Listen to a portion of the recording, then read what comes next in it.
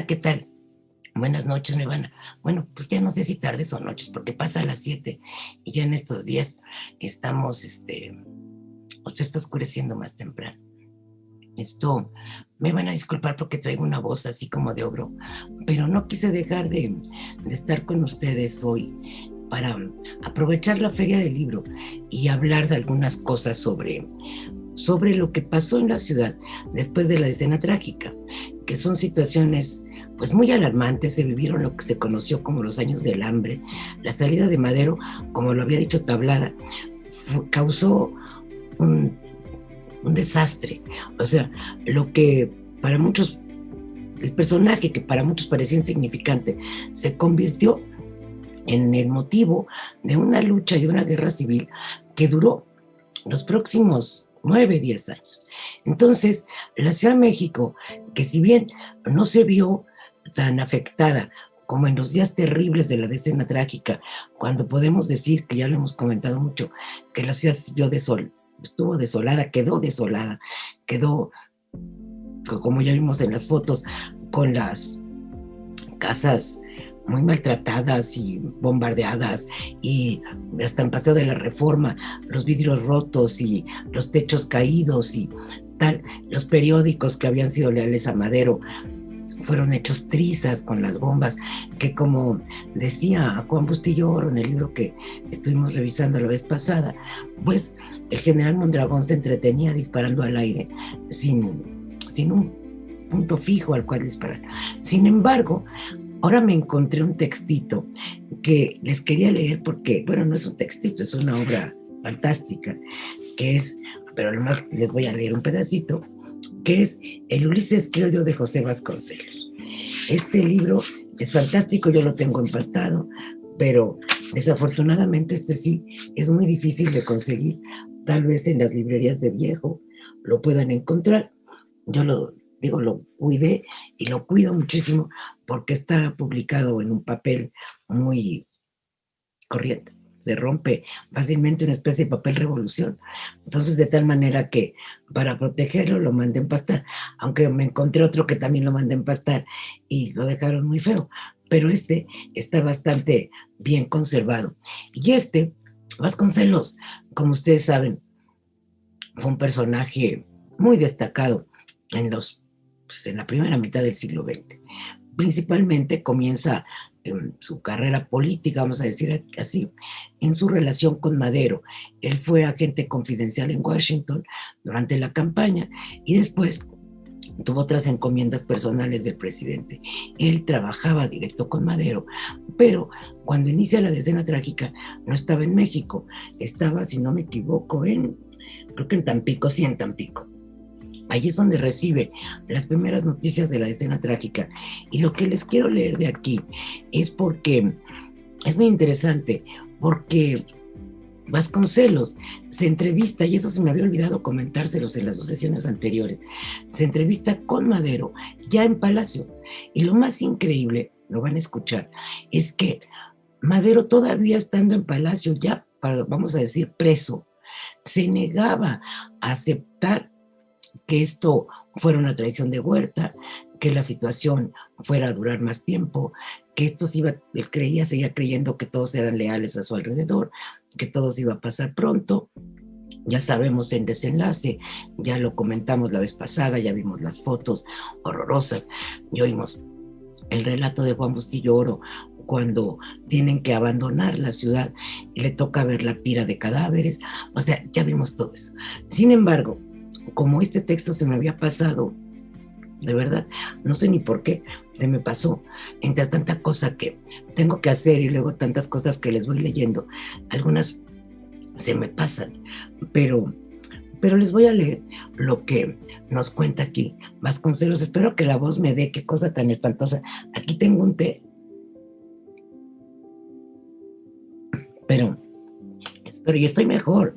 Si pensaba no grabar, pero dije, no, pues aunque sea así, ronca, les comparto algunas de las lecturas que he ido encontrando y espero que me puedan escuchar. Entonces, él, como les dije, estaba en Tampico y se viene hacia México en tren. Dice, nuestro tren Llegó casi a medianoche a la estación Colonia.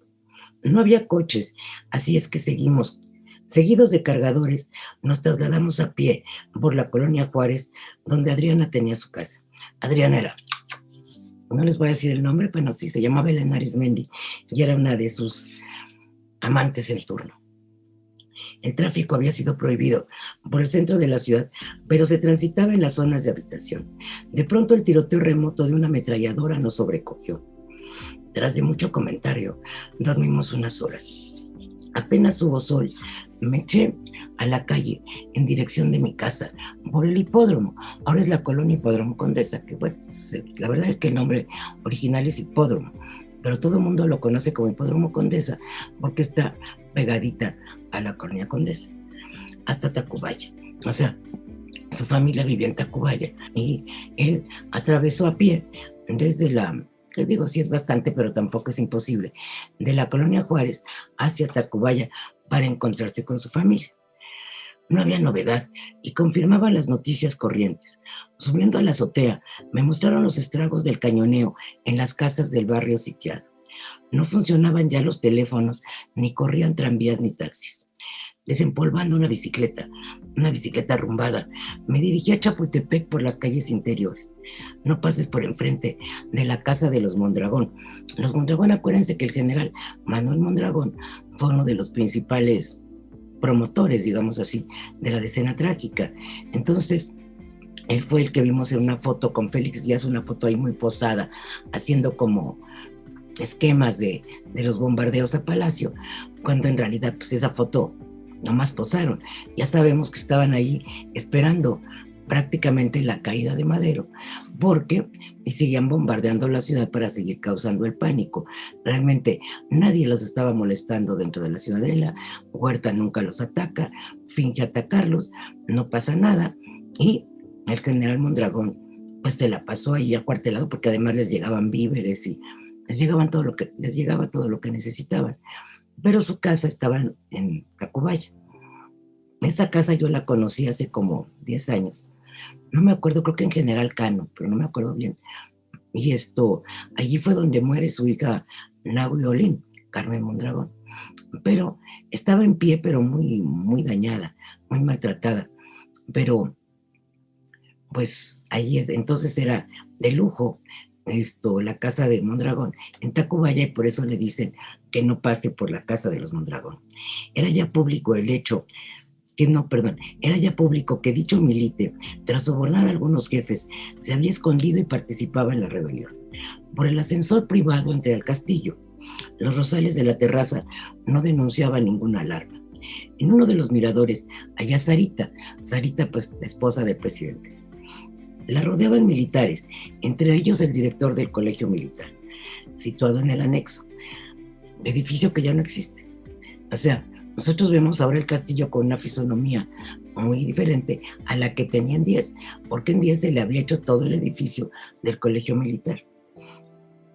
Al presentarme a los oficiales, expresó que eran del Estado Mayor del general Huerta. Imagínense quién estaba cuidando a Sarita. El Estado Mayor de Huerta, Dios mío. No nos queríamos los oficiales y los maderistas. Sin apretón de mano nos saludamos.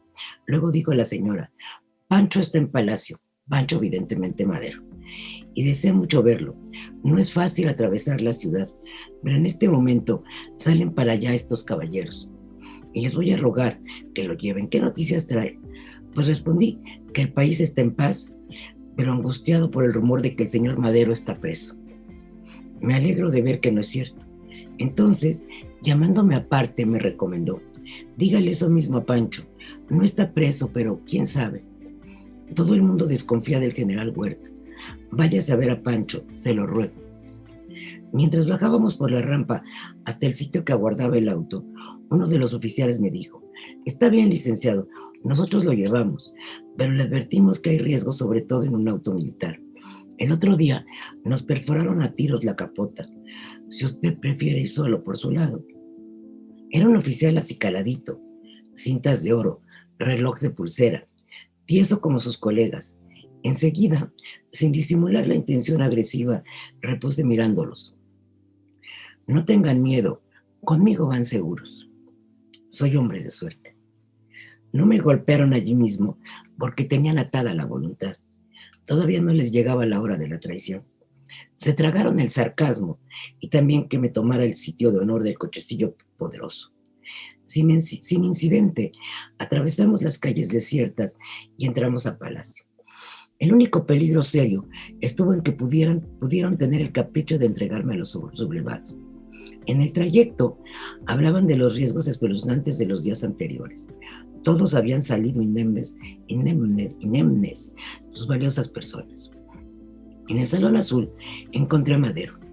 Fíjense, o sea, el Salón Azul sigue siendo el Salón Azul en Palacio. O sea, todavía, y esas de colores, o se le llama el rosa, el azul, el verde. El verde es el de los embajadores, porque tiene tapiz de ese color. Por eso se le llama de ese, según el color con que está tapizado. Es muy bonito. Esto, encontré a Madero. Después del abrazo afectuoso, repetí la consigna. El país está en paz. Solo que se dice que Huerta le ha quitado a usted el mando y lo ha convertido en un prisionero. En ese instante asomó con el andar zigzagueante de la fiera cauta el propio Victoriano Huerta. Madero reía de mi dicho. A ver, oiga usted, general, oiga lo que dice Vasconcelos. Sin darme la cara, el taimado oyó y cayó. Ni un músculo tembló en su faz renegrido. Sus ojos vieron desviado y sus labios no se abrieron. Madero habló. Ya ve usted, aquí está el general todo lealtad, y al pasarle Madero el brazo por el hombro, el traidor logró escurrirse. Entonces fíjense, todavía Madero, ya detenido en Palacio, seguía riéndose de lo que le decían de Huerta. Es algo que yo así de veras no puedo entender, pero nos da la claridad sobre este momento y por qué Madero fue presa de sus victimarios tan fácilmente. O sea, allí lo tenía Huerta encerrado y seguía confiando en él, como que pues estoy aquí porque la situación está complicada, pero nada más. Paseando sobre la alfombra, Madero me explicaba. No acaba de emprenderse el asalto de la ciudadela por temor de causar destrozos en las casas circundantes. El embajador americano amenazaba con practicar un desembarco marino en Veracruz si se causaba perjuicio a uno solo de los yanquis que vivían en la zona amenazada. El día anterior, todo el cuerpo diplomático, empujado por el embajador, había ido a pedirle que renunciara. Él les contestó despidiéndolos, negándoles el derecho de opinar en cuestiones de política mexicana. Pase por la secretaría particular, añadió, y vuelva a la hora del almuerzo, para que lo haga con nosotros. Y no se preocupe, triunfaremos, porque la razón está de nuestra parte. O sea, de no creerse. En la secretaría hallé menos optimismo. En torno a Sánchez Azcona, que era su particular, estaban los viejos maderistas. Muchos no pisábamos el palacio desde hacía meses, alejados más o menos por pequeñas inconsecuencias de los más inmediatos colaboradores de Madero. El peligro nos volvió a juntar. Recuerdo entre otros a Bordes, Mangel y Urueta. En voz alta se comentaba la pasividad de los ministros, en particular la incapacidad notoria del encargado de la guerra. Lo que debía hacer Madero, exclamaba Chucho Urueta, es mandar de paseo a todo su gabinete y constituir otro con jóvenes de lealtad reconocido. Volví a los salones presidenciales momentos antes del almuerzo y Madero tornó a conversar. Luego que pase esto, afirmó, cambiaré el gabinete. Son muy honorables todos los ministros, pero necesito gente más activa. Sobre ustedes, los jóvenes, caerá ahora la responsabilidad. No me van a decir que no. Verá usted, esto se resuelve en unos días y enseguida reharemos el gobierno. Tenemos que triunfar porque representamos el bien. Pobre México si llegase a imponerse toda esta canalla que nos amenaza. No puede ser. El bien tiene que triunfar. En el comedor de Palacio le sirvió una comida sencilla pero bien aderezada. Un Barsac de las viejas reservas llenaba de oro verdoso la transparencia de las copas. La conversación del presidente era animosa, pero los ministros tenían aire lúgubre. De cuando en cuando estallaba una granada que se perdía en las azoteas, destrozando algún ladrillo y haciendo temblar ligeramente la cristalería. ¿Por qué?, pregunté, dirigiéndome al ministro de Guerra tras uno de esos disparos. ¿Por qué los sublevados tienen tan buena puntería y en cambio los nuestros nunca le pegan a la ciudadela? La versión de que estaban de acuerdo los sublevados y atacantes me acababa de ser confirmada en la Secretaría. El ministro de Guerra, sin embargo, no tenía cara de traidor, sino de bueno. ¿Por qué no asaltan y acaban en 2 horas con ese manojo de ratas? Insistí. Es una vergüenza que 400 hombres tengan en jaque a toda la nación, que está en paz y apoya al gobierno. Solo entonces contestó el ministro: eso no me compete. La responsabilidad de la situación la tiene el general Huerta. También me habían aleccionado para que influyera en Madero, a fin de que quitara el mando a Huerta y lo diera al general Ángeles, de lealtad insospechable. La víspera había hecho Huerta una infamia que justificaba el Consejo de Guerra, aparte de la destitución. Por una calle estrecha que desemboca a la ciudadela, había metido un regimiento de irregulares maderistas. Los sitiados, sin duda prevenidos, ay Dios me perdí, se habían limitado a soltar las ametralladoras. Toda la ciudad vio la carnicería y la traición. Y Madero no ve, exclamaban todos. O no vio a tiempo, o creyó más oportuno contemporizar, entregándose a lo irremediable, extremándole a Huerta la confianza para desanimarlo, y por lo mismo ya se sentía en sus manos. Esa hipótesis, sin embargo, parece contraria al carácter decidido de Madero. Su valentía instintiva lo hubiera revelado de transigir con un canalla. Lo más probable es que el destino a consumar fines tortuosos ciega a los más lúcidos en el instante en que va a destruirlos. Sobreviene una especie de parálisis la víspera de las derrotas injustas, pero inevitables. La maldición que pesa sobre nuestra patria oscureció la mente del más despejado de sus hijos. Entorpeció la acción del más ágil de sus héroes. A Madero lo envolvió la sombra. ¡Qué gran destino! Ignore sus eclipses. De la penumbra saldrá el limpio y glorioso cometa rutilante de la historia patria. Pero la nación caerá en abismos que todavía no sobrepasan. Las versiones populares eran rigurosamente exactas. Victoriano Huerta acudió también a la embajada para verse de noche con los jefes sublevados si la traición no acababa de consumarse, y si la traición no acababa de consumarse era porque no se lograban acuerdos en las disputas por el poder. Por su parte, el embajador tenía prisa. Siempre se están refiriendo al embajador de Estados Unidos.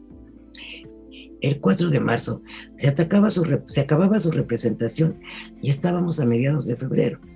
Del reconocimiento del golpe de Estado por el gobierno americano dependía el éxito de los sublevados. Hubo más días de angustia y tedio. Cañoneos intermitentes recordaban a la ciudad que la lucha sangrienta se prolongaba. Digo, él sigue contando todo lo que pasó en esos días que ya leímos, pero no quise dejar de leer esto porque nos habla de ese Madero confiado, ya preso en Palacio, ya detenido, aunque todavía se comía bien y se tomaba vino. Pero en realidad lo que nos está diciendo Vasconcelos aquí es que Madero, ya preso en Palacio, ya ahora sigue con la soga al cuello, seguía abrazando a Huerta y riéndose de lo que Vasconcelos le acababa de ir a decir, que la gente desconfiaba de Huerta, que se escuchaban los rumores de que lo estaba traicionando. Repite lo mismo que había dicho Juan Bustillo, de que por qué no podemos acabar con los de la Ciudadela, si fácilmente se acabaría con él si el ejército maderista atacaba directamente, pero no lo hacían. ¿Por qué no lo hacían? Pues simplemente porque no querían, porque estaban jugando ahora sí que al gato y al ratón, y lo que ya vimos, no, ni siquiera ni al gato ni al ratón, estaban encerrados los otros y ni quien corriera. Solamente ya vimos cómo Huerta mete a los del ejército enfrente de la Ciudadela para que desde la Ciudadela los disparen y puedan acabar con todo ese cuerpo que iba supuestamente a atacar la Ciudadela. Entonces, realmente vemos cómo no puede ser, bueno, no, Madero seguía confiando en sus verdugos, ¿no? Y eso, pues, evidentemente le costó la vida, pero le costó también un largo tiempo de guerra al país. Y eso fue catastrófico. El caso es que Huerta tampoco estuvo mucho tiempo. Él va a renunciar en febrero del 14. Sí, no, perdón, en agosto del 14. Ahorita vamos a, o sea, está febrero, entra en 13. Acuérdense que a la renuncia de Madero, que lo obligan a firmar ahí todavía en Palacio, porque le prometieron que lo iban a llevar a Veracruz para que se fuera al exilio, cosa que por supuesto ya sabemos que no sucedió, y que la esposa del presidente Madero acabó asilada en la embajada de Japón y cuantas cosas terribles que pasó la familia. Esto, lo que pasó pues con Madero es que lo matan, y a partir de ahí el país se levanta contra Huerta. Entonces, eso es lo que no le va a permitir tener un ejército o un gobierno en paz, y sobre todo un gobierno largo, porque lo que él hubiera querido, o sea, cambia de tema, Madero renuncia, toma el poder Pedro Lascurain por unos 15 minutos y después también renuncia y se lo deja a Victoriano Huerta. Entonces, hubo muchas reacciones en contra de eso, y acuérdense de un personaje famoso llamado Belisario Domínguez, que era senador por Chiapas, que lanza un discurso terrible contra Huerta y también le va a costar la vida. De este personaje hay que hablar solo, o sea, solo de él. Acordarnos de Belisario Domínguez es recordar a uno de los personajes más valientes, más claros en su pensamiento y sobre todo más decididos. También él estaba seguro que al pronunciar un discurso que además repartió masivamente, la gente lo pudo leer. Acuérdense que entonces pues no había redes sociales, los periódicos obviamente no lo quisieron publicar, pero lo imprimió y lo repartió, de tal suerte que pues el mismo Huerta pudo leer lo que había dicho Belisario Domínguez, o lo que tenía intenciones de decir, porque el otro día leí algo que ni siquiera tuvo tiempo de decirlo. Yo creo que sí, pero de cualquier manera ese discurso pues fue encendido y contra Huerta, y pues le cuesta la vida también al senador por Chiapas, Belisario Domínguez.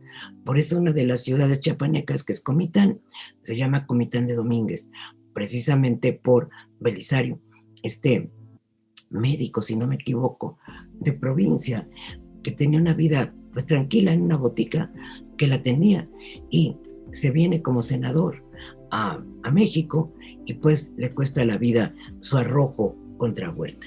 Entonces, les voy a leer un pequeño textito y luego comentamos otro libro, otros dos, porque vuelvo a insistir, recuérdense que estamos ya por terminar la Feria del Libro del Zócalo, pero que tiene muchas actividades virtuales que ustedes pueden seguir, y por eso me pidieron específicamente que en esta ocasión hablara de libros. Entonces, aunque no los hemos pasado leyendo en esta sesión o varias, digamos, serie de la decena trágica, ya no sé ni cómo llamarla, tenemos también ahora otra lectura que hacer, pero les voy a dar un panorama corrido de lo que pasó a la salida de Madero, la muerte de Madero, la llegada de Huerta, y después cómo empiezan a llegar los diferentes ejércitos revolucionarios, los que habían logrado destronar a Huerta. Les decía yo hace un momento que contra Huerta se levanta Venustiano Carranza. Él es muy importante en este periodo. Entonces, él lanza el Plan de Guadalupe. Allá, él había sido gobernador de Coahuila en tiempos de don Porfirio, pero luego después se unió a las fuerzas de Madero. Y después, cuando Huerta pues, da este golpe de estado tan asqueroso y esta traición tan terrible, se va a levantar, y muchos de los que, incluso Zapata, por ejemplo, que habían estado contra Madero, se van si no a relacionar directamente con Carranza, sí van a fortalecer esta lucha contra Huerta. O sea, nunca vamos a poder decir que Carranza fue un general al servicio que Zapata fue un general al servicio de Huerta, pero sí al servicio de la causa. Es decir, se lanza también contra Carranza. Entonces, contra Huerta, porque pues La traición que Huerta cometió, pues a nadie le pareció favorable, es decir, solamente a aquellos que habían consumado con él la traición. Entonces, tengo aquí un textito, Todo es mío, en donde comento varias cosas. Decimos lo que ya venimos diciendo, que Huerta, Carranza se lanza como siendo gobernador de Coahuila, de nuevo era gobernador de Coahuila, desconoció al gobierno de Huerta mediante el Plan de Guadalupe y organizó un ejército al que hizo nombrar constitucionalista para derrocarlo. ¿Por qué constitucionalista? Porque él, entre lo que propugnaba, era la promulgación de una nueva constitución, cosa que sí logra, y ya lo sabemos, en febrero del 17. A partir de entonces, Carranza sería llamado primer jefe, cargo que asumiría ante sus principales colaboradores. La lucha se extendió sobre todo por el norte del país, mientras Carranza se establecía en Chihuahua. Por ese tiempo, Francisco Villa adquirió fama de invencible al mando de la famosa División del Norte y Álvaro Obregón comenzó su impresionante ascenso. Álvaro Obregón es un personaje que también, yo los invito a buscar su biografía, tuvo un ascenso meteórico dentro de la revolución. A partir de este momento, a partir del levantamiento de Carranza, él va a ser un general reconocidísimo y bueno, llega a ser presidente de la República, ya lo hemos platicado en otras ocasiones, y después, aún en contra de uno de los postulados más importantes de la revolución, se va a reelegir para el periodo 28-32 y ahí es cuando lo mata José de León Toral. Entonces, es muy importante pensar cómo aquí Obregón comenzó su meteórico ascenso. Obregón va a triunfar de manera muy impresionante y va a ser súper reconocido en este momento en que el país se dividió entre las diferentes facciones.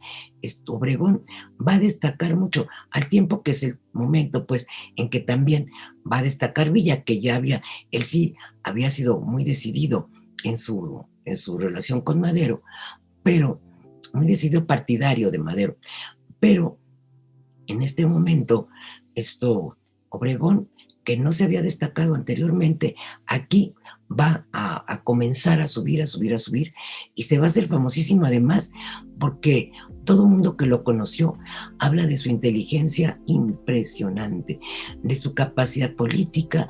También cometió muchos errores y muchos horrores, pero de su memoria prodigiosa, de su habilidad para muchas cosas, incluso de su simpatía. Era muy reconocido por ser muy simpático. Ante las acciones bélicas que se generalizan con la presión ejercida por estos ejércitos que se oponían a su gobierno, Huerta renuncia a la presidencia el 15 de julio de 1914. Yo les había dicho que en agosto, pero ahorita les digo por qué. Huerta renuncia el 15 de julio y en ese mismo mes los revolucionarios reconocieron mediante el Pacto de Torreón la autoridad de Carranza y acordaron el establecimiento de una convención integrada para organizar nuevas elecciones. El 13 de agosto se firman los tratados de Teoloyucan, que significan el triunfo del movimiento constitucionalista y acuerdan la disolución del Ejército Federal, lo que facilita la entrada de Obregón y Carranza a la Ciudad de México. Eso es muy importante porque va a ser el 14 cuando salen los ejércitos que se habían quedado en la ciudad, que la pobre ciudad pues estaba prácticamente sin autoridades. O sea, se había quedado en unas condiciones lamentables después de la salida de Huerta y pasó un mes, del 15 de julio que renuncia a Huerta al 13 de agosto que se firman los tratados de Teoloyucan, que hay una foto muy famosa en que están firmando los tratados encima de la salpicadera de un coche. O sea, la salpicadera es decir, la parte que cubre a las llantas. Hoy los coches ya no tienen salpicaderas, pero en ese tiempo los coches tenían una especie así de cubierta que protegía las llantas para que no salpicaran en el resto de la carrocería. Entonces, ahí es donde están firmando los convenios de Teoloyucan, los tratados de Teoloyucan, con lo cual se desconocía al ejército y la ciudad quedaba en manos del ejército constitucionalista. Habiendo, ay Dios, habiendo establecido su base de operaciones en Azcapotzalco, Obregón había establecido su base de operaciones en Azcapotzalco. El camino más directo a Palacio Nacional para tomar posesión de la plaza hubiera sido la calzada México-Tacuba. Sin embargo, Obregón no iba a desaprovechar la oportunidad de desfilar con sus tropas por el Paseo de la Reforma, tal como lo hizo Carranza 6 días después. La columna, estoy leyendo una cita déjenme les digo de quién, del periódico El Imparcial. La columna, a cuyo frente venía el general Obregón, se componía de cerca de 30,000 hombres de las tres armas. Llegó a la 1:30 de la tarde a Chapultepec y en ese mismo lugar hizo alto para hacer los preparativos necesarios para entrar a la ciudad. En esta forma se inició el desfile que continuó por todo el Paseo de la Reforma hasta llegar a la Avenida Juárez. Al ratito si me da la voz, vamos a revisar otro texto donde narran con más detalle esta llegada. Como en los mejores tiempos de don Porfirio, a la llegada de Carranza se siguió el más estricto protocolo militar que hizo gala de su fuerza. Ya decíamos que Carranza entró 6 días después. Con Obregón, por supuesto, también Obregón lo acompaña para entrar juntos. La columna constitucionalista, a cuya cabeza marchaba una descubierta de caballería, entró en el Paseo de la Reforma y después a la Avenida Juárez, donde el entusiasmo del público puede calificarse de delirante. Y aquí, acuérdense que El Imparcial le gustaba hacerle la barba al gobierno, porque había sido el periódico preferido del porfiriato y realmente subvencionado por el gobierno. Entonces, eso es muy interesante porque alguna vez yo leí las cuentas que entregó José Ives Limantur, el secretario de Hacienda, al gobierno de Madero, al gobierno incluso de transición, y entre ellas estaba claramente anotado digamos, lo que se le entregaba, el subsidio que se le daba al Imparcial, y era el que más dinero recibía, pero era público, no era algo oculto, se le entregaba ese dinero. Hoy nos escandaliza, o nos escandalizaba en tiempos pasados, enterarnos de la cantidad de dinero que daban los gobiernos a la prensa para tenerlas calladitas o de su lado. Pero en el tiempo de don Porfirio era algo normal, que algunos periodos, por supuesto, prácticamente no había prensa independiente. Todos tenían que depender de alguna u otra forma del gobierno, del dinero que les diera el gobierno. Entonces el Imparcial, pues quiere congraciarse con los gobiernos entrantes. No me acuerdo hasta qué año sobrevivió el Imparcial, pero yo creo que no más de los 1 o 2 años después de esto. Sin temor a equivocarnos, dice de nuevo Leo esta parte, podemos asegurar que ninguna otra manifestación popular de las que pueden haberse registrado con anterioridad revistió el carácter imponente de la ocurrida hace un corto tiempo. O sea, realmente, pues lo estaban igual sí fue muy importante, pero Obregón acababa de desfilar con 30,000 hombres y les consideraron mucho más importante la entrada de Carranza y el personaje en sí. Por lo tanto, pues les convenía quedar bien con Carranza. Sin embargo, el gobierno de Carranza no fue lo que la gente presagiaba. Muchos fueron los que resintieron los abusos de este régimen que se consideraba triunfante. Y cito otra vez ahora a Alejandro Mayagoitia en un libro que escribió sobre el University Club. Dice, aunque la soldadesca fue más o menos contenida por un bando de Obregón en el que amenazaba con el paredón a aquel que causara alborotos, los jefes superiores cometieron atropellos incalificables. Por ejemplo, las casas de muchos porfiristas o huertistas fueron ocupadas por los generales y sus escoltas. La de Alberto Braniff por Obregón, la de Ignacio de la Torre y Mier por el general Pablo González, nada menos que Ignacio de la Torre y Mier, ya lo hemos comentado, era el yerno de don Porfirio, y Amada su mujer. Amada era la hija de don Porfirio, y tuvo que irse a refugiar a la casa de una de sus hermanas porque los carrancistas y los y la gente de Obregón también tomaron su casa, esa casa fantástica que estaba allá en la Glorieta del Caballito, una casa donde ya está la Lotería Nacional, que ya hemos visto algunas fotos de esta casa magnífica, pues fue tomada por el general Pablo González. La de Tomás Braniff por el general Buelna y la de Joaquín Casasus por el general Lucio Blanco. La de Casasus no estaba en Reforma, además sí, pero la de Casasus estaba en la calle de Héroes en la colonia Juárez. También de allí hay mucho que leer sobre esos días en un libro que se llama La sombra del ángel, que narra la vida de Antonieta Rivas Mercado. Y ese libro se los recomiendo muchísimo, hay varias ediciones, eso sí, lo pueden yo creo que encontrar en librerías con facilidad. Y allí van a encontrar también, ese Joaquín Casasus vivía junto a la casa de los Rivas Mercado y narran en este libro cómo fue la ocupación de la casa de Casasus y cómo el arquitecto Rivas Mercado no permitió la toma de su casa, pero tenía a sus hijas escondidas en el sótano. Entonces, realmente se vivieron días muy complicados.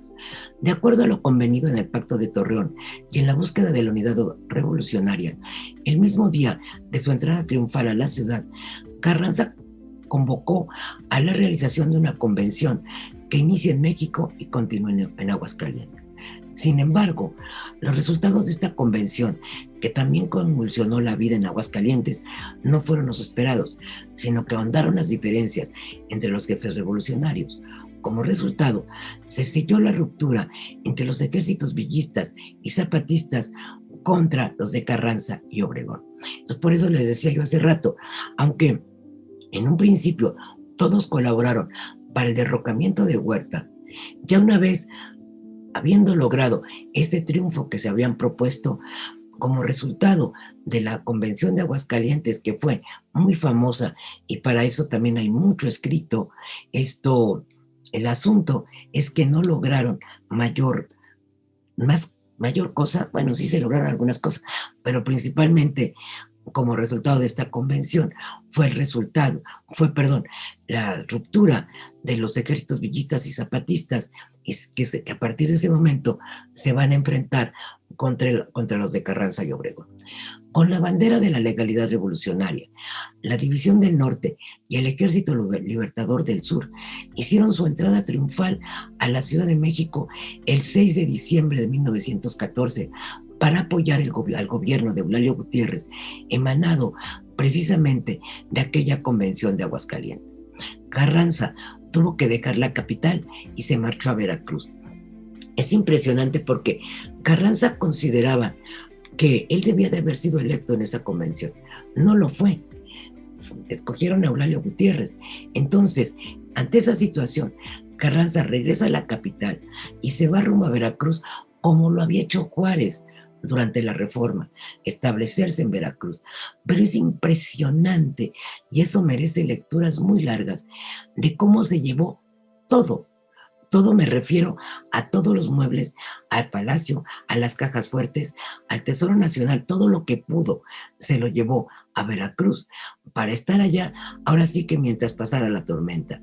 Entonces, está en Veracruz, pero la salida de México fue una locura, como lo vuelve a hacer ya cuando finalmente es asesinado en mayo de 20, cuando también intenta huir para Veracruz, cuando ya todos se le habían volteado hasta el mismo Obregón, y entonces igual sale con todo, pensando que va a poder regresar, pero en el camino es bajado del tren, se lo llevan allá por la Sierra de Puebla, en un lugar llamado Tlaxcalaltongo, le ponen una celada, y en la noche hay un ataque directo contra el lugar donde Carranza dormía, ¿no? Entonces, pues, insisto, alguna vez ya lo dije aquí, que el que a hierro mata, a hierro muere, y él mandó asesinar a Zapata.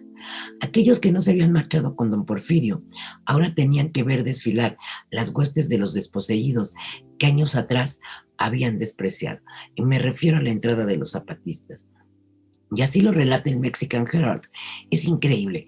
Pero yo estuve buscando en la Hemeroteca Nacional y encontré muy pocos relatos en los periódicos de la entrada de zapatistas y villistas.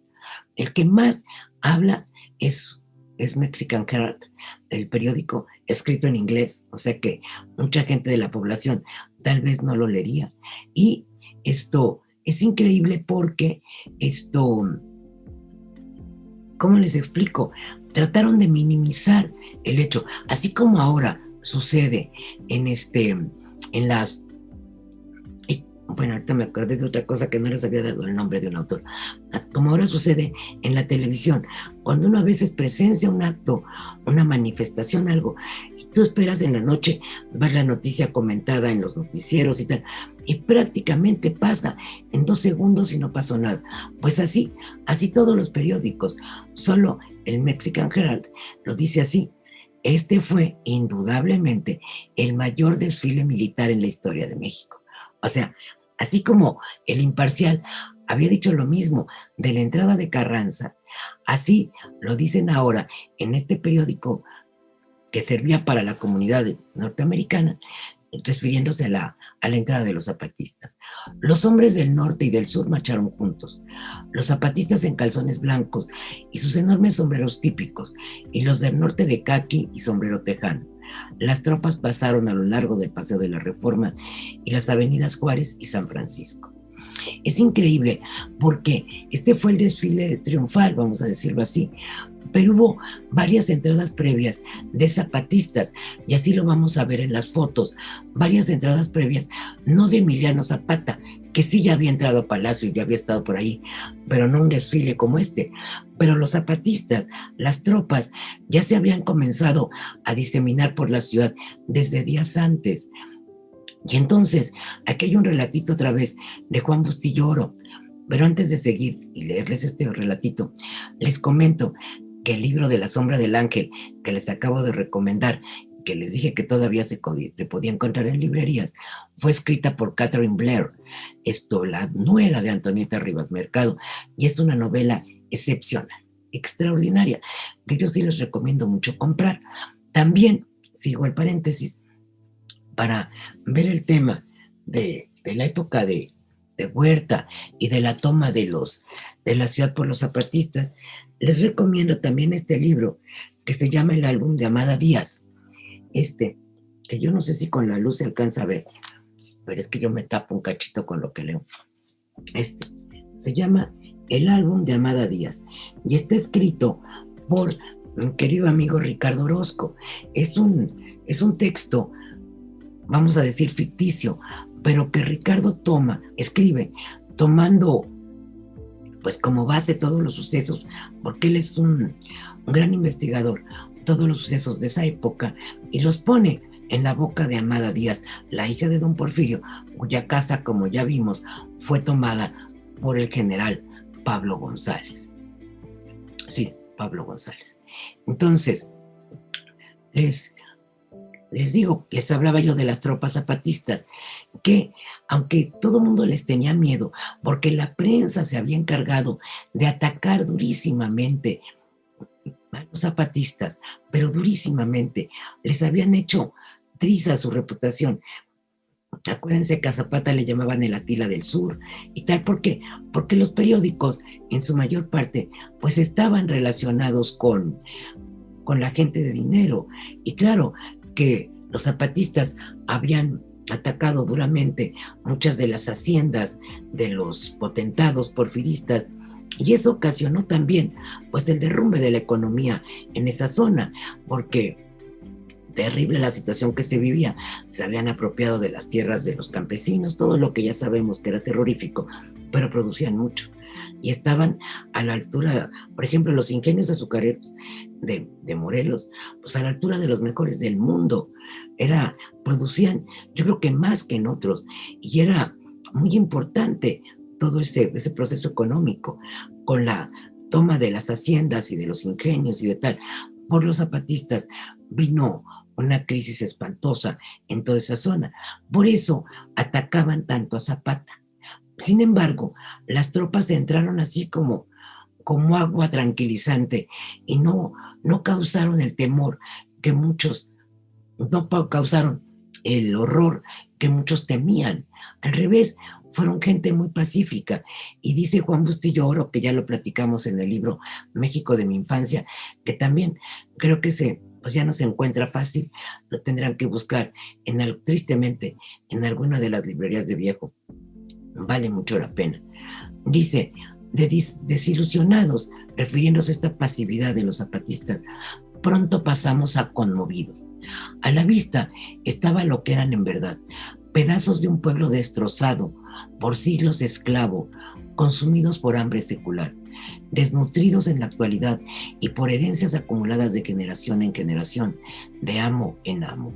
Claro, era descubrir al verdadero zapatismo de estos hombres, de tropas cuyas tropas estaban formadas por gente desnutrida, abandonada, maltratada, vilipendiada, y encima, en estas últimas fechas que habían decidido levantarse en armas, pues atacada por la prensa.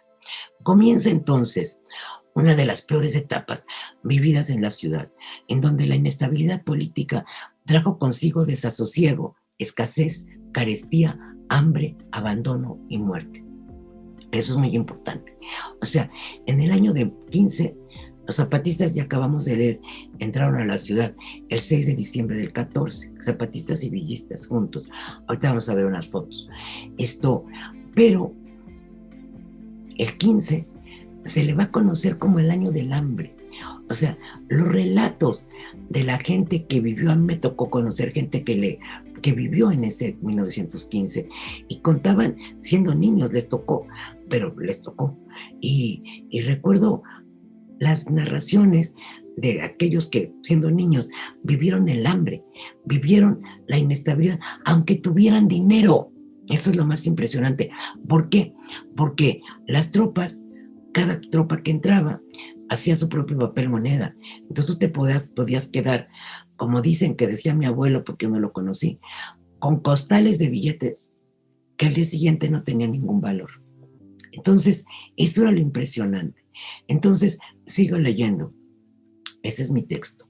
En los meses que corren, desde diciembre de 14 y noviembre de 16, en que finalmente Carranza regresa a la capital del país, la Ciudad de México se vio envuelta en uno de los peores momentos de su historia. A 1915, ya lo acabo de decir, se le conoce como el año del hambre, en virtud de que, por un lado, los comerciantes acaparaban, pero por el otro, las mercancías escaseaban hasta el límite. El papel moneda no tenía valor, habida cuenta que el gobierno que se hacía de la capital imponía el suyo y desconocía el anterior. En tal virtud, en el caso remoto de que hubiera alguna mercancía, no había manera de comprarla. Entonces, ¿por qué? Porque tú tenías billetes que el comerciante ya no te aceptaba y no había moneda circulante. La situación era terrorífica. La inestabilidad política, el miedo a los excesos de los ejércitos, la inexistencia de los servicios públicos. Imagínense la situación que estaba viviendo, como agua, luz limpia, la falta de trabajo, se magnificaban en relación directa a los cambios de gobierno. Al de Eulalio Gutiérrez, que fue el emanado de la convención, lo sucede el de Roque González Garza. A este, el regreso de Obregón, que acrecentó los males al haber pedido al clero préstamos al clero, y en virtud de su negativa, encarcela a los sacerdotes, expulsa a los curas extranjeros y a los restantes los envía enjaulados a Veracruz. Le entrega la Casa del Obrero Mundial, los templos de Santa Brígida y de la Concepción, a más del Colegio Josefino, en Avenida San Juan de Letrán, y la Casa de los Azulejos, sede de Jockey Club, a la Casa del Obrero Mundial.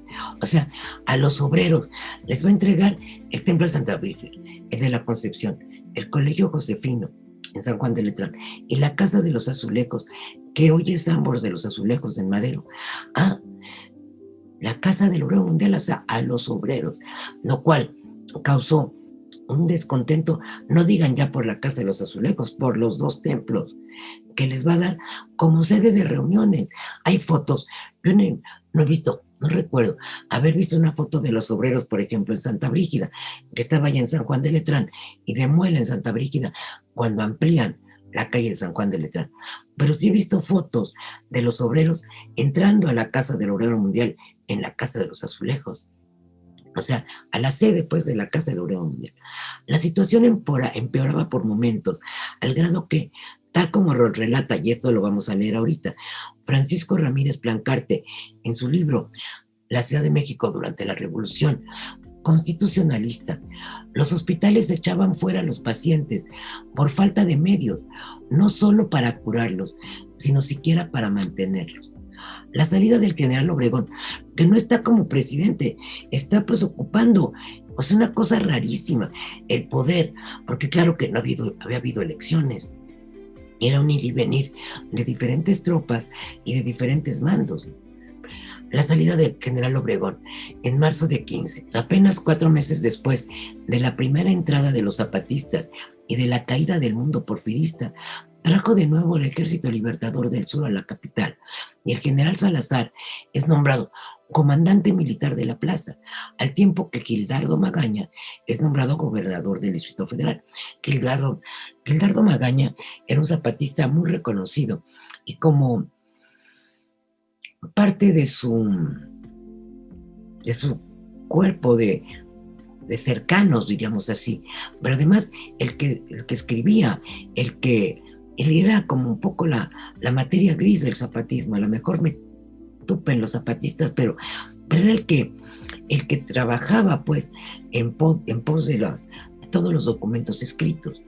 En una sucesión de hechos que solo traían el caos, regresó González Garza, mismo que fue sucedido por Francisco Lagos Cházaro. Finalmente, apenas a la mitad de aquel año de horror, regresó el constitucionalismo, y con él llegó el general Pablo González, a cuyo cuartel, instalado en la Villa de Guadalupe, llegó el Ayuntamiento de México a presentarle sus respetos. ¿Quién formaba el Ayuntamiento de México? ¡Qué horror! O sea, si entraban y salían, y entraban y salían.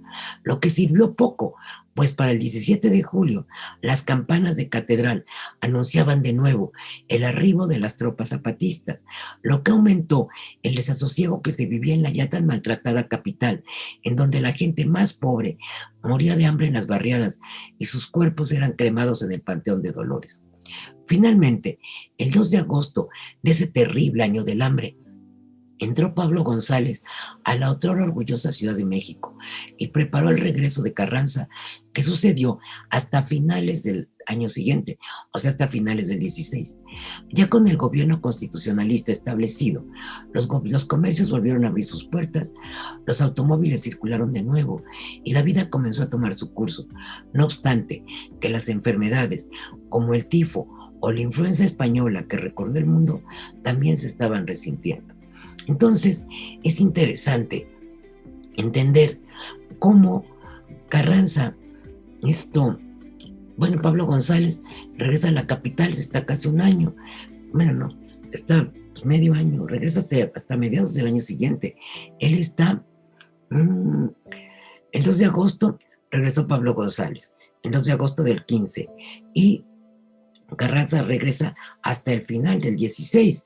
Entonces, pues sí, un año y medio está Pablo González, ya cuando regresa Carranza, y luego Carranza va a convocar al Congreso Constituyente, que se celebró en Querétaro, y el 5 de febrero siguiente, el 17, promulgó la nueva Carta Magna. Entonces, algunas esperanzas despertaban entre los capitalinos, los cambios de gobierno en el país que trajeron a la ciudad nuevos presidentes. Los habitantes se acostumbraron a escuchar diferentes consignas y a sentir diferentes temores. Pues acabamos de leer en el párrafo anterior, que ya no les voy a repetir, cómo entraban y salían, y entraban y salían, entraban y salían. Entonces, pues la gente tenía temores distintos a cada rato, porque entraban diferentes tropas que amenazaban, y a eso agrégale que no había ni qué comer, pues la cosa estaba en terror. Así, el 1 de mayo de 1917, México fue testigo de la ascensión de Venustiano Carranza a la presidencia de la República, de acuerdo a la recién jurada Constitución de Querétaro. Don Venustiano, legalmente constituido en el poder, trató de dar a los capitalinos la confianza de los tiempos idos. Dejó atrás el uniforme de campaña que había lucido sin tener ningún grado militar, y regresó al traje de levita que había utilizado como porfirista. Estableció su residencia en Reforma y tras la muerte de su esposa se mudó con su familia a la calle de Lerma en la colonia Cuauhtémoc, donde ahora está el museo que se llama precisamente Museo Casa de Carranza, en la esquina de Lerma y Amazonas. Está bastante bien conservada la atmósfera que se vivía o que tuvo Carranza en, la, en su vida ahí. De allí es donde va a salir rumbo a Veracruz y es donde precisamente encuentra la muerte. Entonces, yo les tenía, pero se me hace que con lo que los leí, solamente les voy a recomendar el libro y vemos, porque ya prácticamente llevamos una hora, vamos a ver unas fotos y ese está en digital, que se llama, ya se me olvidó, aquí está, La Ciudad de México durante la Revolución Constitucionalista, y el autor es Francisco Ramírez Blancarte. Entonces, eso lo pueden encontrar, lo reeditó el INERM hace no mucho, pero pues si lo ven a lo mejor se asustan porque tiene muchas páginas, pero la verdad es que tiene una gran cantidad de páginas dedicadas a estudios previos. Entonces, por eso, a lo mejor dicen, ay, pues esto está muy largo, pero al entrar ya al relato, además de que escribe muy bien, te va a dar una idea estupenda de cómo se vivió ese año terrible o esos años terribles después de la salida de Huerta. O sea, volvemos a lo mismo. Madero con su muerte causó un conflicto terrorífico. Entonces, como ya llevamos una hora, ya les decía, vamos a ver unas fotos, las comentamos y si después hay un tiempito, las platicamos leemos una parte de esta obra que les estoy recomendando. Comenzamos por esta. Pero miren, aquí tenemos estas tropas zapatistas que entraron antes de Zapata, de las que ya hemos dicho y comentado a lo largo de esta emisión, pero que también entraron después. O sea, hubo varias entradas de estos ejércitos zapatistas que tristes deambulaban por la ciudad. Entonces, aquí se ven como más entusiastas y están pasando por la calle de Argentina, si no me ubico, porque aquí está la Casa de las Sajaracas, que está en Guatemala y Argentina. Entonces, aquí están entrando, esta parte de la casa ya no existe, esta se perdió y ahora solamente existe la segunda parte, en donde se ubica el Museo Archivo de la Fotografía, lugar que les recomiendo muchísimo que vayan a visitar, porque además de que van a encontrar fotos fantásticas, van a encontrar constantemente exposiciones que tienen que ver con foto y que son muy buenas. Les las recomiendo mucho, es Guatemala 34. Esta zona de acá, pues es donde ahora está la zona, esta parte de aquí, mejor dicho, es donde ahora está la zona arqueológica del Templo Mayor, de tal manera que estas casas se demolieron. Espero estar ubicada, porque esta foto me ayudó a identificarla, a ubicar el lugar.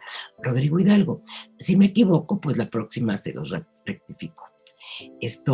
Aquí tenemos otra imagen de los zapatistas, como lo decía Bustillo Oro, sobre todo estos a mí me impresionan mucho, en este aspecto de tristeza, como de, pues, ¿qué te puedo decir? Ni siquiera de tristeza, sino que van con esta ropa que utilizaban en los campos donde eran peones, y así vienen desfilando por aquí, para asombro de muchos.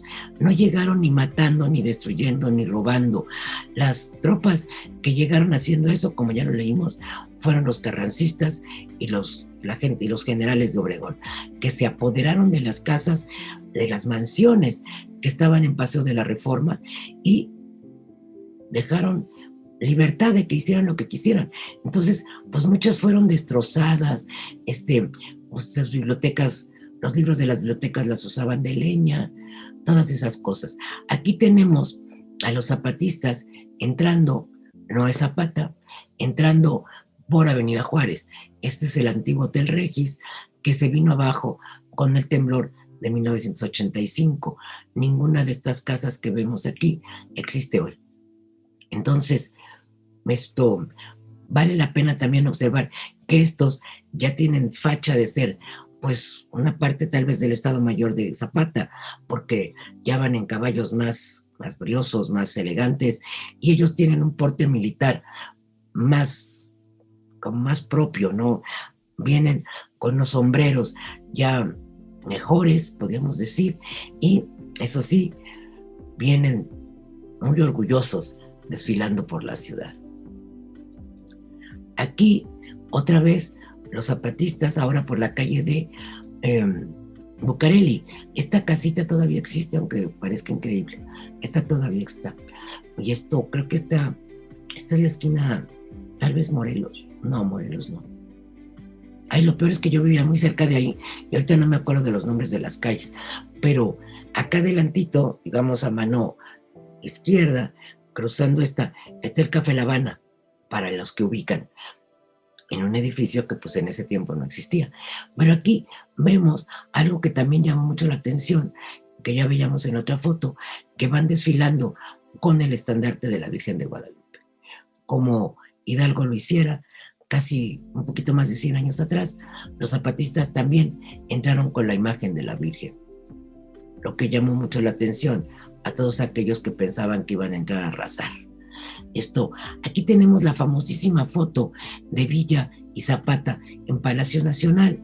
Esto fue el 6 de diciembre de 14, después de que hicieron su entrada triunfal a la capital. Se van directo a Palacio y tenemos esta famosa foto.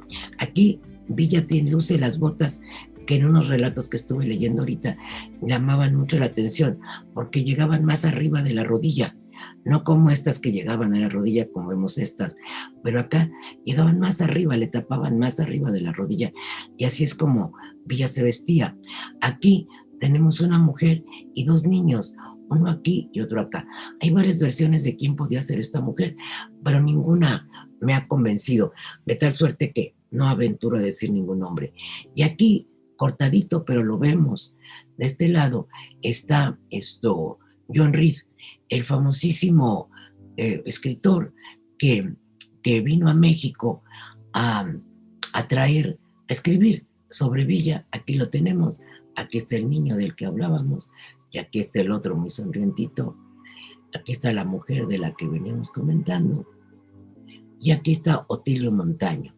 Este Otilio Montaño era también un zapatista muy reconocido, profesor de origen, que ayudó mucho a Zapata también en el Plan de Ayala y en todos sus escritos, pero va a ser después, ay Dios mío, cuesta hasta trabajo decirlo, pero después Zapata lo considera que lo traicionó y lo va a mandar fusilar. Sin embargo, es muy interesante la relación que tuvo Otilio Montaño con Zapata durante gran tiempo de su vida. Aquí otra vez, fíjense cómo es el mismo desfile. Aquí va este muchacho con como chal echado en los brazos, en los hombros y en los brazos, y eso ya lo habíamos visto antes, van desfilando de nuevo con el estandarte de la Virgen de Guadalupe. Acá, de nuevo, esta es otra parte del ejército, entrando al Zócalo.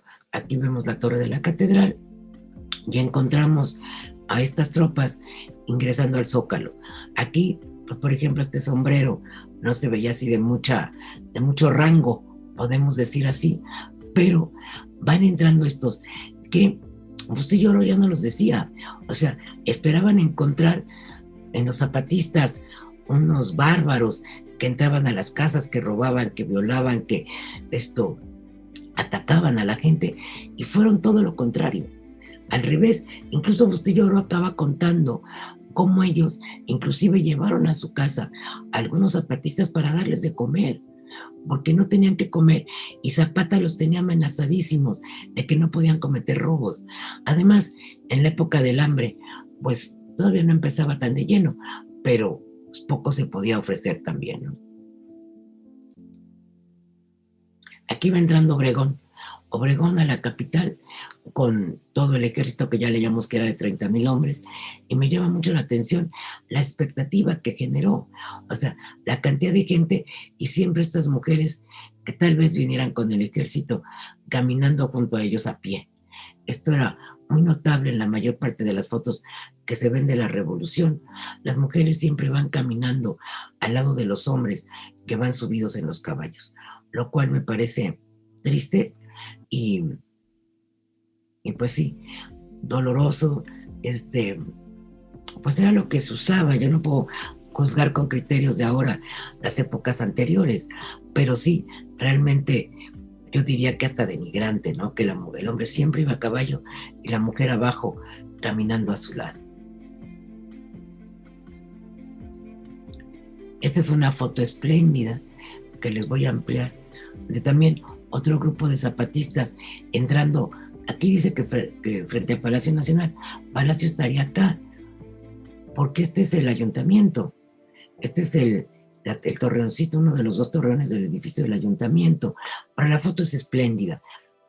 Aquí van entrando, se reconocen zapatistas, porque eso sí, altos o bajos en rango, esto se les reconoce siempre por el sombrero que utilizaban. Acá tenemos esta fantástica foto del archivo de Ricardo Espinosa, que él narra.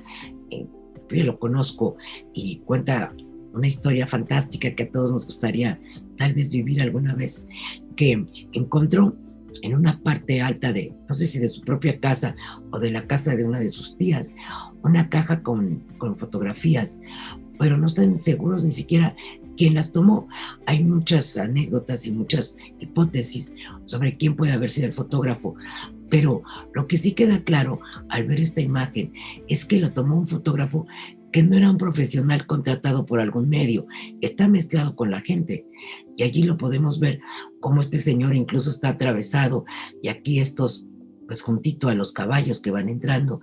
Pero es una foto verdaderamente extraordinaria. Vemos a Villa con este saco tan elegante, con esa botonadura y los bordados, y a Zapata hay descripciones de que el traje de Zapata era verdaderamente este traje de charro elegantísimo.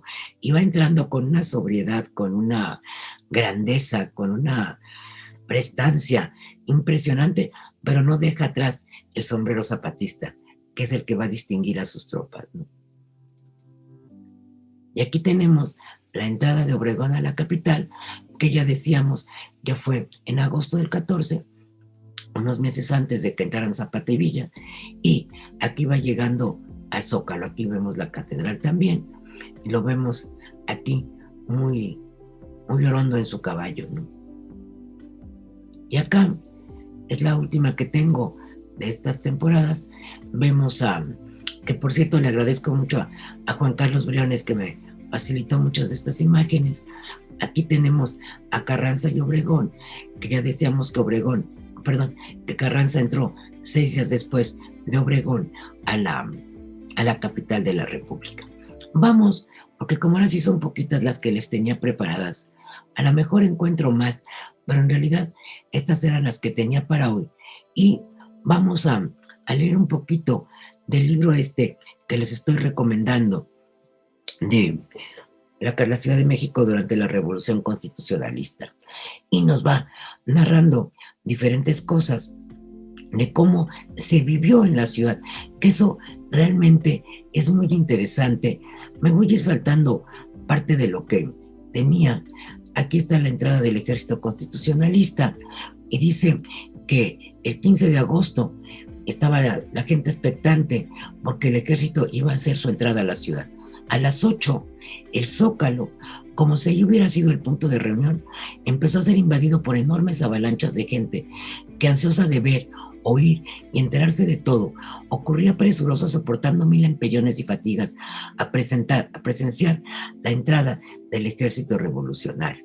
El caso es que pues ya sabemos que no entró por el Zócalo, pero bueno, que no llegó directo al Zócalo, obviamente, pero lo chistoso es lo que dice aquí, ¿no? Como si ese hubiera sido el punto de reunión. La gente empezó a aglomerarse en el Zócalo porque, claro, sabían que iban a llegar al Zócalo. Entonces, por eso acabamos de ver una foto donde Obregón está rodeado de gente a la hora de entrar. Aquí habla mismo de la figura de Obregón. Fíjense, desde las 8 la gente estaba en el Zócalo, pero a las 11, al mismo tiempo que la impaciencia llegaban al frenesí. Los trabajadores abandonaban las fábricas y talleres, el comercio cerraba sus puertas, la población paralizaba sus actividades, manifestándose el regocijo en todos los semblantes. Nadie quería dejar de aclamar a los vencedores, muy especialmente al general Obregón, a quien se deseaba vivamente conocer. Como ya les había dicho, su prestigio y fama de caudillo constitucionalista eran enormes. Se sabía de él que jamás había sufrido una derrota. General en jefe del Cuerpo del Ejército del Noroeste, acaba de efectuar a través de la República un recorrido triunfal, venciendo y arrollando cuanto obstáculo había se le presentado a su paso hasta llegar a las puertas de la capital, a la que pocos días antes pidiera su rendición. Esta entregábasela y aquella misma mañana iba a tomar posesión de ella. Entonces, sí, pues, eso era parte de lo que se veía en Obregón, ¿no? Al gran jefe, al jefe que había logrado derrocar a muchos, que había acabado con el ejército de Huerta y que había logrado tomar la ciudad, ¿no? Entonces, esto era lo que fue, digamos, previniendo la entrada de Carranza, que fue 6 días después. Dice que el día continuaba nublado, impidiendo que el calor solar se cebara en aquel conglomerado impaciente. Súbitamente se notó en la muchedumbre ese rebullimiento o agitación que precede siempre a los grandes acontecimientos que van a verificarse. Vienen por la reforma, gritó alguien, exclamación que incontinente fue repetida por un numeroso grupo, que dando un vigoroso impulso, se abrió paso a través de aquella masa compacta, ávida de ver y aclamar a las tropas constitucionalistas. Por la avenida Juárez, y ya próxima a entrar a las antiguas calles de San Francisco y Plateros, rumbo hacia Palacio Nacional, avanzaba la extrema vanguardia del Cuerpo del Ejército del Noroeste, trayendo a la descubierta al general Francisco Cosío Robledo, quien muchos equivocadamente tomaban como el jefe de la columna, y su escolta, viniendo a continuación el general Álvaro Obregón, rodeado de su Estado Mayor, el que era seguido de una extensísima columna de tropas de las tres armas, la que difícilmente caminaba a través de una compacta muchedumbre que entusiastamente la aplaudía y aclamaba. Entonces, esto nos hace ver cómo la gente pensaba en que Obregón pues ya era el salvador de la patria, ¿no? Y pues ¿cuál? No lo fue, para nada. Estábamos ante situación todavía que faltaba mucho. Cuando la columna entró por las calles de San Francisco para seguir por las de Plateros, acuérdense que toda esa se llama hoy Madero, la multitud que en las aceras aguardaba presenciar su desfile era grandísimo. Los balcones, ventanas y azoteas encontrábanse pletóricas de espectadores, los que arrojaban flores, serpentinas y confeti al paso de las tropas revolucionarias. Ni quien se imaginara que estaban a 4 o 5 meses de empezar una de las peores épocas en la historia de la ciudad, no con bombardeos como en la escena trágica, pero sí como con el hambre que se vino en estos momentos. En las banquetas de dichas calles observábase un flujo y reflujo de personas, todas ellas vitoreándolas y aplaudiéndolas. Ese espectáculo, gratamente sugestivo, hacía que muchos de los que lo presenciaban, emocionadas hasta las lágrimas, entusiásticamente abrazáranse y felicitáranse efusivamente. El regocijo traspasaba los límites, llegando hasta lo indescriptible.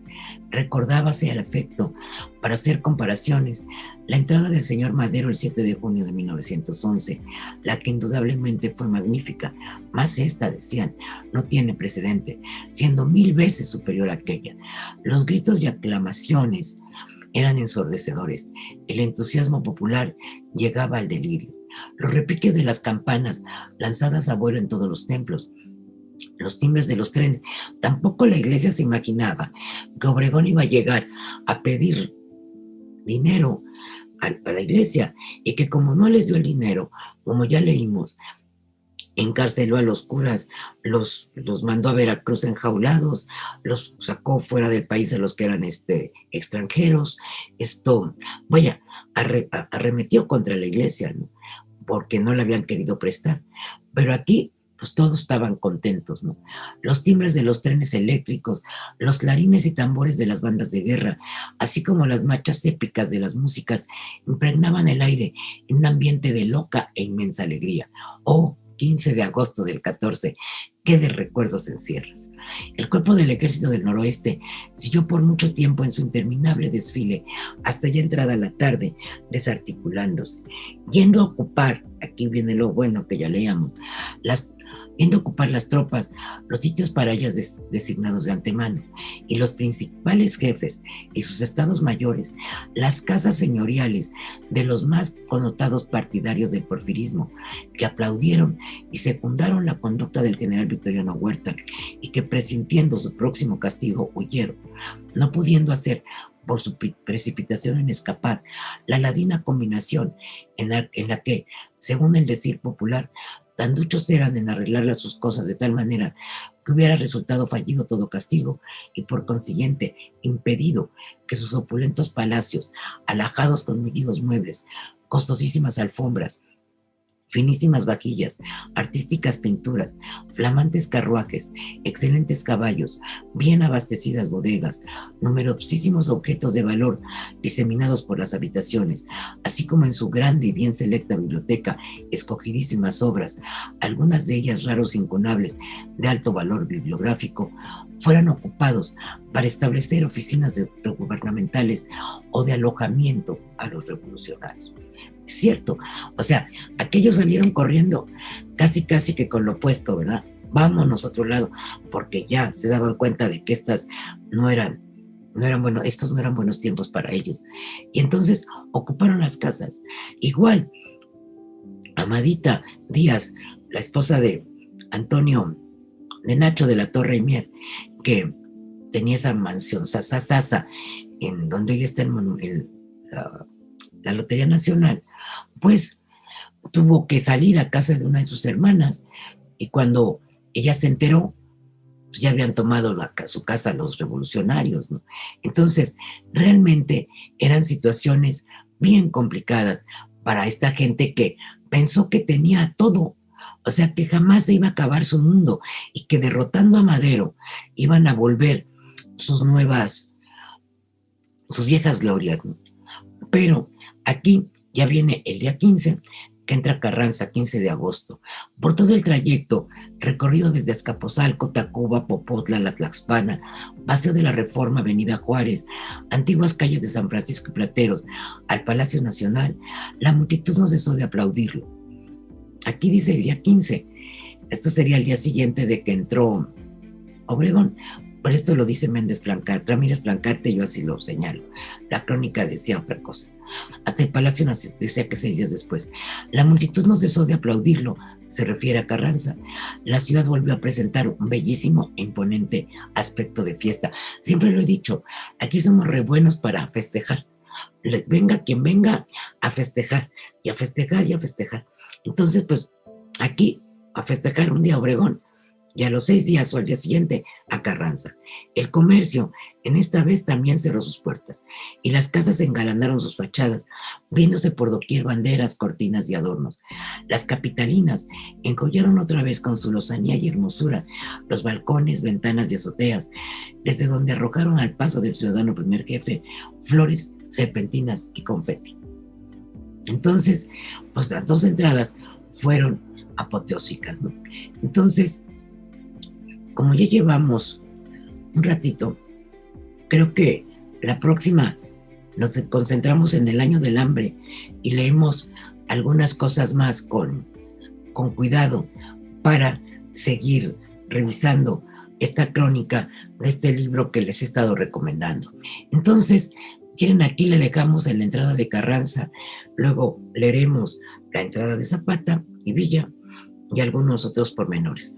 Fotos, voy a ver si consigo más para hacerlo más divertido la próxima.